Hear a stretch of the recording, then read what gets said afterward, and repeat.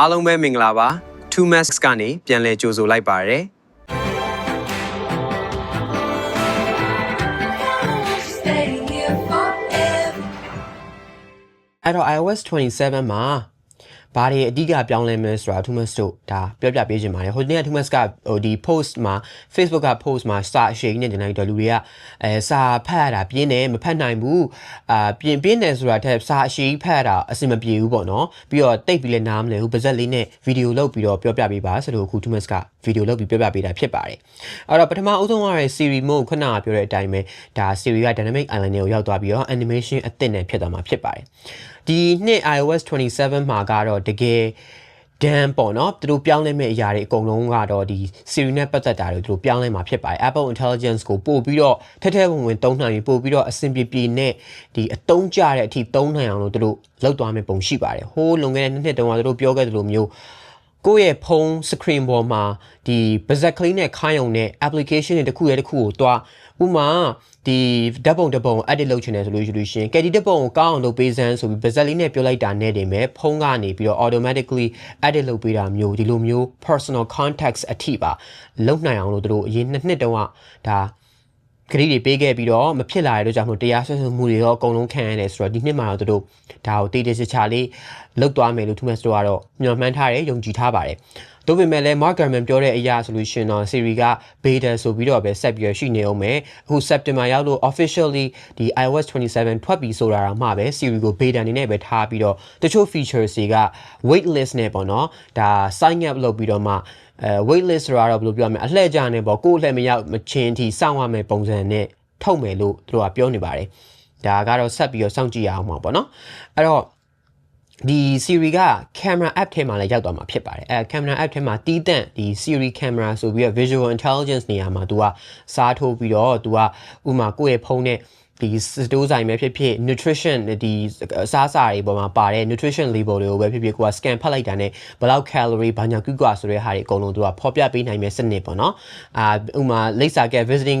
visiting card တွေ business card တွေကိုပေးမယ်ဆိုလို့ရှိရင်ကိုကဒီ camera လေးနဲ့ထောင်လိုက်တာနဲ့ကိုယ့်ရဲ့ဖုန်းထဲကို context information တွေကိုအလိုလျောက် save ပေးနိုင်တဲ့နည်းပညာတို့ဒါတွေပါလာမှာဖြစ်ပါတယ်ပြီးလို့ရှိရင် camera app ကိုတေးတေးချာချာကြီးကိုတို့ပြောင်းလဲမယ်လို့သိရပါတယ် camera app မှာ customization တွေအများကြီးလုပ်လို့ရမယ်အပေါ်က widgets တွေကိုကိုယ့်ဘာကိုကြိုက်တဲ့ကိုအသုံးများတဲ့ widgets တွေနဲ့အစားထိုးလို့ရမယ်လို့ပြောပါတယ်shortcuts app နဲ့ပြောရမယ်ဆိုလို့ရှိရင်တော့ဒီ shortcut apps ကလူတော်များများမသုံးကြဘူးပေါ့နော်ဆိုတော့နည်းနည်းလေးပို့ပြီးတော့သုံးရတာခက်တာရယ်ပြီးတော့တခုခုခိုင်းမယ်ဆိုလို့ရှိရင်အဆင့်တွေအရင်များပါတယ်သူကလောက်ခိုင်းတဲ့ဟာတွေပေါ့နော်အဲ့တော့တော်များများမသုံး Thomas ကိုယ်တိုင်လည်းခေါင်းရှုပ်တဲ့အတွက်ကြောင့်မလို့တိတ်ပြီးတော့မသုံးဖြစ်ဘူးဒါပေမဲ့ဒီတစ်ခါမှာဆိုလို့ရှိရင်တော့ Apple Intelligence ကိုသုံးပြီးတော့ကိုဖြစ်ချင်တဲ့အရာကိုကိုကပြောလိုက်တာနဲ့ automatically shortcut ကို automatic ပေါ့နော်ဒီ Apple Intelligence ကလုပ်ပေးမှာဖြစ်ပါတယ်ဒါလေးကမစိုးဘူးပေါ့နော်ဥမာကိုနေတူကလုံနေတဲ့အရာတွေပေါ့နော်အဲ့ဒါမျိုးတွေဆိုလို့ရှိရင် shortcut ကိုကစာကြောင်းလေးတစ်ကြောင်းပြောလိုက်တာနဲ့ဒါ automatically လုပ်ပေးတာတို့အရင်တော့ဆိုလို့ရှိရင်အနောက်ကဖုန်းကို3ချက်ပုတ်လိုက်လို့ရှိလို့ရှိရင်ပဲကိုသွားချင်တဲ့ application ရှိကိုလင်းလင်းမြန်သွားနိုင်တာဒါမှမဟုတ်လို့ရှိရင်ဥမာကိုယ့်ရဲ့တငယ်ချင်းအရင်ကို comment ဆိုလို့ရှိရင် like ရှာနေကြမလို့ပဲနဲ့ပေါ့အနောက်ကကိုယ့်ရဲ့ဖုန်းကို3ချက်ပုတ်လိုက်တာနဲ့တငယ်ချင်းကိုခေါ်ပေးမလားဒါမျိုးတွေပေါ့ဒီထက်ခက်ခဲတဲ့ပို့ပြီး steps တွေများတဲ့အရာတွေပေါ့နော်ဥမာတယောက်ကို mail ပို့မယ်ဆိုလို့ရှိရင်ဘယ်ကနေဘယ်ဟာကိုယူဘယ်လိုထည့်ပြီးမှပို့ဆိုတဲ့ဟာမျိုးတွေကြားလို့ရှိရင်နည်းနည်းလေးခတ်သွားပြီပေါ့နော်အဲ့မျိုးခတ်သွားပြီဆိုလို့ရှိရင်ကိုယ်တိုင်လုပ်ဆရာမလို့ပဲနဲ့ shortcut ကိုပါဇက်က command တစ်ခုလောက်ခိုင်းလိုက်တာနဲ့ဒါမှမဟုတ် action တစ်ခု clock plus ချနှိပ်လိုက်တာနဲ့ဒါတွေကိုလုပ်ပေးနိုင်မဲ့ shortcut ထဲမှာ Apple Intelligence ကိုထည့်ပေးသွားမယ်လို့သိရပါတယ်photos app မှာဆိုလို့ရှိရင်ဒီဓာတ်ပုံတွေကိုရိုက်ပြီးတဲ့အချိန်ကြာလို့ရှိလို့ရှိရင် तू က extend ဆိုတဲ့ feature လေးပါလာမယ်လို့ပြောပါတယ်အဲ့တော့iPhone ကသိတဲ့အတိုင်းပဲဓာတ်ပုံရိုက်လိုက်တယ်ဆိုပေမဲ့ဘေးက data တွေကိုလည်း तू ကယူထားတယ်အဲ့ဒါကြောင့်အခုကိုကဓာတ်ပုံရိုက်လိုက်ပြီဆိုလို့ရှိရင်ဥမာ Thomas ရဲ့အခုပုံထဲမှာဆိုလို့ရှိရင် Thomas ရဲ့ဘေးဘက်ကဒီအနောက်က like ကာတွေကဟိုဘက်အစွန်ထိမမြင်ရအောင်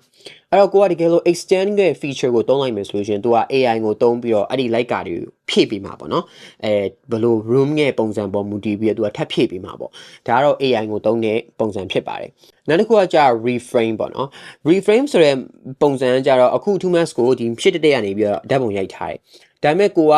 ဒီဘယ်ဘက် down ကနေပြီးတော့ရိုက်တဲ့ဒီ angle ကိုလိုချင်တယ်ပေါ့နော်အဲ့ဒါဆိုလို့ရှိရင်လည်း reframe mode နဲ့ပေါ့နော် spatial photo သူကeffect ကိုသုံးပြီးတော့ဘယ်ဘက်ကနေပြီးတော့ရိုက်တဲ့ပုံစံ ခုမျက်စိပဲပဲချမ်းနေပဲရိုက်တဲ့ပုံစံအတိုင်းပြန်ပြီးတော့လုတ်ပေးသွားမယ်လို့ဒါကတော့ပြောပါတယ်ဒါကတော့ Mark Gurman ပြောတဲ့ features တွေဖြစ်ပါတယ်ဒါ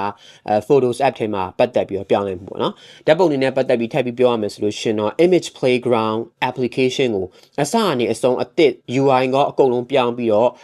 feature တွေအများကြီးလေးပို့ပြီးထည့်ထားတယ်ပြီးလို့ရှိရင်ထွက်ပေါ်လာတဲ့ image တွေကလည်းပို့ပြီးတော့ quality ပို့ပြီးတော့ကောင်းလာတယ်ပေါ့နော်ဘာဖြစ်လို့ဆိုတော့ image model အသစ်တွေနဲ့တုံးထားရတဲ့ကြောင့်မလို့အခုလက်ရှိရနေတဲ့ image playground ပုံတွေကခလေးကစားတဲ့ပုံစံတွေပေါ့နော်တိတ်ပြီးတော့အစင်တိတ်ပြေမနေပါဘူးကြည့်ရတာပေါ့နော် image playground app မှာဆိုလို့ရှိရင်ပို့ပြီးတော့ကောင်းတဲ့ model တွေတုံးပြီးတော့ပို့ပြီးတော့ရုပ်ထွက်ကောင်းတဲ့ဒီဓာတ်ပုံတွေကို generate လုပ်ပေးနိုင်မယ်လို့ဒီမဲ့ဆိုသိရပါတယ် writing tools မှာဆိုလို့ရှိရင်လည်းဒါစာရေးတဲ့လူတွေပေါ့နော်စာတစ်ကြောင်းရေးပြီးလို့ရှိရင်ဘာဆက်ရေးရမလဲ email တစ်ကြောင်းရေးပြီးရင်ဘာရေးရမလဲဒါမျိုးတွေဆိုလို့ရှိရင်လည်း Siri ကကူညီပေးနိုင်မယ်ဆိုပြီးတော့ write with Siri ဆိုတဲ့နည်းပညာအသစ်ဒီ Apple Intelligence feature အသစ်ထပ်ပြီးတော့တိုးလာမယ်လို့ပြောပါတယ်ပြီးလို့ရှိရင်ကိုယ့်ရဲ့စာရေးပြီးတဲ့အချိန်မှာ grammar မှန်ကို check ပြီးရဲ့ AI grammar check ကိုလည်း system wide မှာ app ထည့်ပေးထားမှာဖြစ်ပါတယ်ပြီးလို့ရှိရင်ဒါautomatically correct လုပ်ပေးရပါတော့စကားလုံးမှားတဲ့ဟာ auto correct ကိုပဲဒါ Apple Intelligence ကို AI ကိုသုံးပြီးတော့ထပ်ပြီးတော့ကောင်းမွန်အောင်လုပ်ပေးထားတဲ့ feature အသစ်တွေပါလာမယ်လို့လည်းသူမဲ့ဆိုသိရပါတယ်အဲ့တော့ wallet app ထဲမှာဆိုလို့ရှိရင်လည်းပို့ပြီးတော့ကောင်းတဲ့နည်းပညာဖြစ်တဲ့ဒါ QR code တွေကို scan ဖတ်ပြီးတော့ pass အသစ်တွေပေါ့နော်ဖန်တီးတာQR code ပဲရှိပြီမဲ့ကိုယ့်ရဲ့ wallet ထဲမှာပေါ့နော်wallet pass အနေနဲ့အဲ့လိုမျိုးလက်မှတ်တစ်ခုအနေနဲ့လောက်တာတော့ gym membership တို့တခါလေကြားလို့ရှိရင်တချို့ app တွေကဒါ gym membership application တို့ company တွေက Apple wallet ကို support မလုပ်ဘူးဆိုလို့ရှိရင်လည်းကိုကအဲ့ဒီဟာကို manually ပေါ့နော်ကိုယ့်ဘာကိုကိုယ်တိုင်ထည့်ပြီးတော့ support လုပ်အောင် pass လုပ်အောင်လုပ်ပြီးလို့ pass ရှိအောင်လုပ်ပြီးလို့ရတယ်ပြီးလို့ရှိရင်တကယ်ချင်းတွေနဲ့ဥမာပြင်သွားတယ်ဆိုလို့ရှိရင်မုတ်စားပြီးလို့ရှိရင်ဒီ receipt မှာဥမာတယောက်ကပဲပေးလိုက်တယ်ပြီးလို့ရှိရင်ဝေတူဝေမျှပေါ့နော်ဘယ်လောက်ကြလဲဆိုတာကိုတကယ်ချင်းနေသိကျင်တယ်ဆိုလို့ရှိရင်လေဒီ receipt ကိုဓာတ်ပုံရိုက်လိုက်တာနဲ့သူကညီတူညီမျှဘယ်လောက်လဲဆိုတဲ့ဟာကို automatically ခွဲပေးတာဒါမျိုး features တွေပါလာဖို့ရှိပါတယ်ပြီးလို့ရှိရင်တော့ဒါ AI နဲ့ wallpaper တွေကိုဖန်တီးလို့ရမယ်လို့သိရပါတယ်အခုလက်ရှိမှာတော့ဒီ message ကbackground မှာဆိုလို့ရှိရင် wallpaper တွေ AI နဲ့လုပ်လို့ရပြီဆိုတော့ image playground ကိုသုံးပြီးတော့ပဲဒါကိုယ့်ရဲ့ဖုန်း wallpaper တွေကိုအစားကိုယ့်ဘာကို AI နဲ့ဖန်တီးလို့ရပါတယ် Safari application ကိုလည်း AI သုံးပြီးတော့ပို့ပြီးတော့ organize ကောင်းအောင်လုပ်ပေးထားမယ်လို့ပြောပါတယ်ပြီးလို့ရှိရင် health app ထဲမှာဆိုလို့ရှိရင်လည်း nutrition info တွေပို့ပြီးတော့ဒါကိုယ့်အတွက်အထောက်အကူပြုမဲ့ calorie counting လုပ်တာတွေကိုဒါဒီကိုစားမဲ့အစားအစာတွေကို scan ဖတ်ပြီးတော့ AI ကနေပြီးတော့ဘယ်လောက် calorie ရှိရဆိုတာမှန်းပေးတာတွေဒါမျိုးတွေလည်းပါလာမယ်လို့သိရပါတယ် system တစ်ခုလုံးအနေနဲ့ပြောင်းမဲ့အရာဆိုလို့ရှိရင်တော့ liquid glass ကိုပေါ့နော်ဒီ bar လေးနဲ့ဘယ်လောက်ထိ liquid glass density ကိုလိုချင်လဲပေါ့နော်ဥပမာအခု liquid glass ကိုကပို့ပြီးတော့ကြီးပဲလိုချင်တာလားဒါမှမဟုတ်လို့ရှိရင်နည်းနည်းလေးမှောင်တဲ့ဟာလိုမျိုးပေါ့နော် liquid glass ကိုအဲ့လောက်ကြီးမလုပ်ဘူး solid ဘက်ကိုနည်းနည်းလေးသွားမယ် liquid ကိုနည်းနည်းလေးပဲ short မယ်အဲ့အမျိုး system တစ်ခုလုံးအစားနေရမှာသူက slide volume up down လိုမျိုးဘားလေးနဲ့လုတ်ပေးမလားဆိုတဲ့ဟာကိုအကုန်လုံးကလုတ်ပေးမယ်လို့အကုန်လုံးကထင်နေကြရတယ်ပေါ့နော်အဲ့တော့ဒါမျိုးလေးလည်းပါလာဖို့ရှိပါတယ်ပြီးလို့ရှိရင် home screen မှာကိုကဒီ apps တွေကိုဟိုနားနေရွှေ့တာတခုခါလေးကြားလို့ရှိရင်မှားနှိမ့်မိသွားတော့ပါလို့ရှိရင် undo ပြန်ပြီးလုပ်လို့ရတယ်လို့ပြောပါတယ်ပြီးလို့ရှိရင် application တွေအကုန်လုံးပေါ့နော်ဒါ system wide ကိုပေါ့သူကဒီ liquid glass ကိုပို့ပြီးတော့ refine လုပ်ထားမယ်tabs တွေကိုပို့ပြီးတော့ကောင်းအောင်လို့လုပ်ပေးထားမယ်တကယ်တမ်း iOS 27ရဲ့အဓိကအနှစ်သာရတော့သူက performance နဲ့ stability ကိုကောင်းအောင်လုပ်ပေးထားမယ်လို့ပြောပါတယ် performance နဲ့ stability ကဘာလဲဆိုလို့ရှိရင်တော့အရင်တုန်းက macOS Snow Leopard တုန်းကလို့ဒါမှမဟုတ် iOS 12တုန်းကလို့ feature အသစ်တွေထည့်ပေးတာထက်သူကရှိပြီးသား feature တွေကိုပို့ပြီးတော့ကောင်းအောင်သုံးနိုင်မှုအတွက်ဒါ stable ဖြစ်တဲ့ update ကိုလုပ်ပေးမယ်လို့ပြောပါတယ်။နောက်နဲ့ iOS 28ကျတော့မှတော်တော်ကြီးကိုကြီးမားမားပြောင်းလဲမှုတွေတွေ့ရမယ်လို့ပြောပါတယ်။ဒီမှာဆိုတော့ကြီးမားမားပြောင်းလဲမှုလိုချင်တာထက်အခုရနေတဲ့ feature တွေသူတို့ပြောတဲ့ features တွေကကိုယ်တွေအတွက်ဘယ်လောက်အကူအညီရောက်မလဲ။တကယ်ရောသူတို့အဲ့ဒီဟာကိုလုံနိုင်ရဲ့လားဆိုတဲ့ဟာအကုန်လုံးကစောင့်မျှော်နေကြတာပါ။အဲ့တော့အခုသူတို့ဒီ Siri ကိုစနေပြန်ပြီးတော့အသက်သွင်းမယ် Siri 2.0 နဲ့ပြန်စမယ်ဆိုတော့လူတွေရဲ့မျှော်မှန်းချက်ကတော်တော်လေးကိုမြင့်နေ။အဲ့ဒီဟာကိုသူတို့အဲ့ဒီမျှော်မှန်းချက်အတိုင်းထားနိုင်ပါစေလို့ပဲ Tumas တို့ကမျှော်လင့်ရမှာပါဒီနေ့တန်ယုံကတော့ WatchOS တို့ macOS တို့ပြီးလို့ရှိရင်ဒီ visionOS တို့ iPadOS တို့အကြောင်းသိပြီးတော့leaks တွေပါတယ်မကြားပါဘူးဘာဖြစ်လို့ဆိုတော့တိတ်ပြီးတော့ပြောင်းလဲမှုများမယ်လို့ မကုံလုံးကမထင်ထားလို့ပါ macOS ရဲ့နာမည်တောင်မှပဲခုချိန်ထိဘာမှမသိကြသေးပါဘူး macOS ကနှစ်တိုင်းတစ်မျိုးမဟုတ်တစ်မျိုးနာမည်ပြောင်းနေဆိုတော့ macOS နဲ့ပတ်သက်ပြီးတော့ဒီဒီဇိုင်းမမှန်ပြောနိုင်တာကတော့ Intel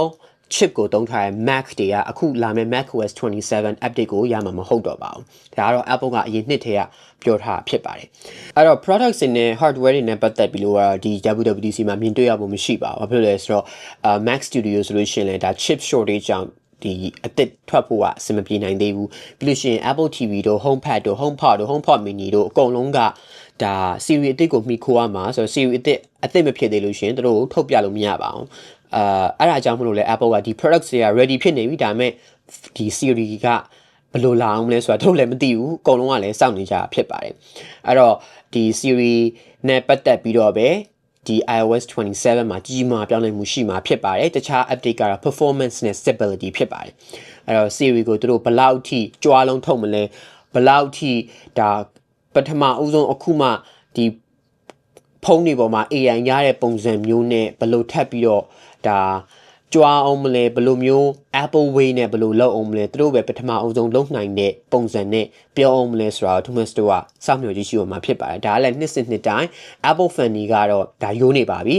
Apple ကတည်ရဲ့အတိုင်းပဲသူတို့တခုခုမိတ်ဆက်ပြီးဆိုလို့ရှိရင်ကမ္ဘာမှာဘယ်သူမှမလုပ်နိုင်သေးဘူးသူတို့ပဲလုပ်ဖူးတယ်သူတို့ company တစ်ခုပဲရှိတယ်ဆိုတဲ့ပုံစံအတိုင်းလုပ်ပြတာဆိုတော့ဒါကလည်းယိုးနေပါပြီဟိုဘက်ရက်ကွက်ကတော့ဒါအဆန်းဆန်းပဲပြတော့နှစ်တိုင်းဖြစ်တာပေါ့ဘာဖြစ်လို့လဲဆိုတော့သူတို့ကငါတို့ရှိမှရှိပြီးသားဆိုရယ်ပဲပုံစံနဲ့ပြောနေတာဆိုတော့ Thomas တို့ကတော့ဒါဆက်ပြီးတော့စောင့်ကြည့်ရမယ့်တာဝန်ရှိပါတယ်ပြီးလို့ရှိရင်ဒီတနင်္လာနေ့ညမြန်မာစံတော်ချိန်7:00နာရီခွဲဆိုတော့ဒီမှာ Thomas တို့ရဲ့ East Coast မှာဆိုလို့ရှိရင်